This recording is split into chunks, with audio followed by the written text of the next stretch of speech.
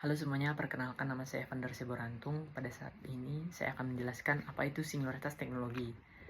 Nah, singularitas teknologi merupakan konsep yang merujuk pada titik dalam perkembangan teknologi di mana kecerdasan buatan dan teknologi lainnya mencapai tingkat kecanggihan yang sedemikian rupa sehingga melampaui kecerdasan manusia. Pada titik ini, perubahan yang dihasilkan oleh teknologi sangat cepat dan tidak bisa kita prediksi. Konsep singularitas teknologi pertama kali dipopulerkan oleh ahli matematika John von Neumann dan kemudian dikembangkan lebih lanjut oleh ilmuwan seperti Ray Kurzweil. Kurzweil memperkirakan bahwa singularitas dapat terjadi sekitar pertengahan abad ke-21 saat AI mencapai kesadaran atau kemampuan untuk memperbaiki dirinya sendiri tanpa campur tangan manusia. Nah, tren AI pada masa sekarang semakin meningkat. Dipopulerkan oleh perusahaan OpenAI dengan ChatGPT yang mereka luncurkan, AI semakin banyak digunakan, diikuti dengan Google dan Microsoft dengan tools AI yang mereka kembangkan masing-masing, seperti Gemini dan Microsoft Copilot. Indonesia merupakan negara yang cukup banyak menggunakan AI. Penggunaan AI berdasarkan kategori di Indonesia dapat kita lihat dari diagram di sebelah kiri. Melansir dari Garuda Website, penggunaan AI pada kategori teknologi pemasaran ada sekitar 1,5 juta pengguna. Sedangkan pada kategori pendidikan ada sekitar 2 juta pengguna, dan ini merupakan kategori yang paling tinggi. Nah, lalu pada kategori manufaktur ada 1 juta pengguna, lalu kemudian pada kategori kesehatan ada sekitar 500.000 pengguna, dan pada kategori telekomunikasi ada 700.000 pengguna.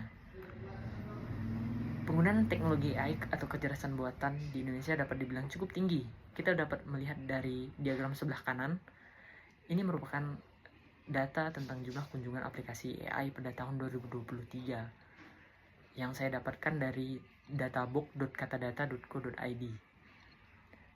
Indonesia menduduki peringkat ketiga pada diagram ini. Yang pertama adalah Amerika Serikat dengan 5,5 miliar kunjungan. Yang kedua adalah India dengan 2,1 miliar kunjungan. Lalu ada Indonesia dengan 1,4 miliar kunjungan. Diikuti oleh Filipina dan Brazil dengan 1,3 miliar kunjungan. Dan pada posisi ke-10 ada Kanada dengan 534 juta kunjungan. Nah, singularitas teknologi membawa dampak positif dan negatif. Dampak positif yang pertama adalah inovasi di bidang kesehatan.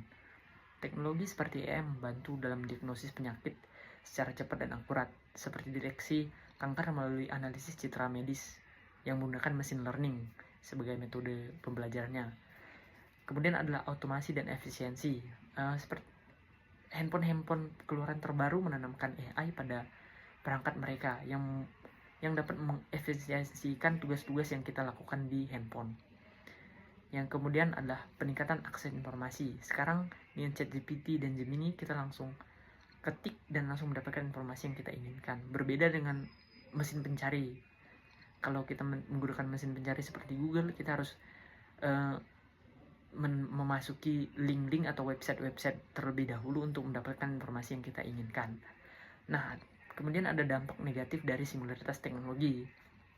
Yang pertama adalah ketergantungan pada teknologi.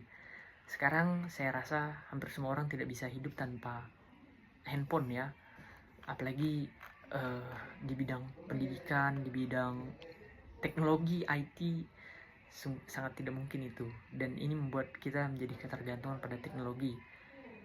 Contohnya, ketika mahasiswa ingin mengerjakan tugas, sekarang mahasiswa langsung bisa menggunakan ChatGPT dan copy paste langsung dari sana tanpa berpikir, dan ini membuat kurangnya berpikir kritis para mahasiswa. Yang kemudian kedua adalah privasi dan keamanan data. Karena AI menggunakan inputan user sebagai metode pelatihan algoritmanya, ini dapat memicu privasi dan keamanan data kita menjadi tersebar ya. Yang kemudian adalah risiko etis dan keamanan. Sekarang karena ada AI, ada yang namanya deepfake, dimana misalnya foto saya ini, yang foto cuma diam, bisa dibuat seperti ngomong dengan suara saya dengan informasi hoax, padahal hanya menggunakan foto bukan video. Ini adalah salah satu dampak negatif dari singularitas teknologi. Nah, pendapat saya tentang ini adalah, menurut saya AI membawa dua dampak negatif dan positif. Seperti kata Jensen Huang, CEO Nvidia, Anda tidak akan kehilangan pekerjaan karena AI, tapi Anda akan kehilangan pekerjaan karena orang-orang yang mengerti AI. Saya setuju dengan pernyataan ini karena saya rasa di kemudian hari kita bisa memanfaatkan AI untuk pekerjaan-pekerjaan yang relevan tentunya, dan ini bisa meningkatkan waktu kerja kita. Yang kemudian oleh Prof. Dr. Insinyur Ridi Ferdiana, AI memudahkan pekerjaan manusia, membantu lebih kreatif dan lebih produktif jika dilakukan dengan benar tentunya. AI jadi berbahaya jika berada di tangan orang yang paham betul tentang AI namun menyalahgunakannya. Tentang kekhawatiran orang-orang terhadap digantinya kita untuk bekerja, saya rasa itu bisa ditanggulangi dengan regulasi pemerintah. Jika misal negara Indonesia masih berkembang, saya rasa pemerintah bisa membuat regulasi untuk membatasi penggunaan AI untuk pekerjaan. Maksudnya untuk menggantikan secara penuh tenaga kerja manusia. Karena saya yakin pemerintah juga sadar akan hal ini. Jadi saya rasa kekhawatiran tentang tergantinya manusia dalam pekerjaan bisa sedikit dikurangi. Sekian dari video saya, terima kasih.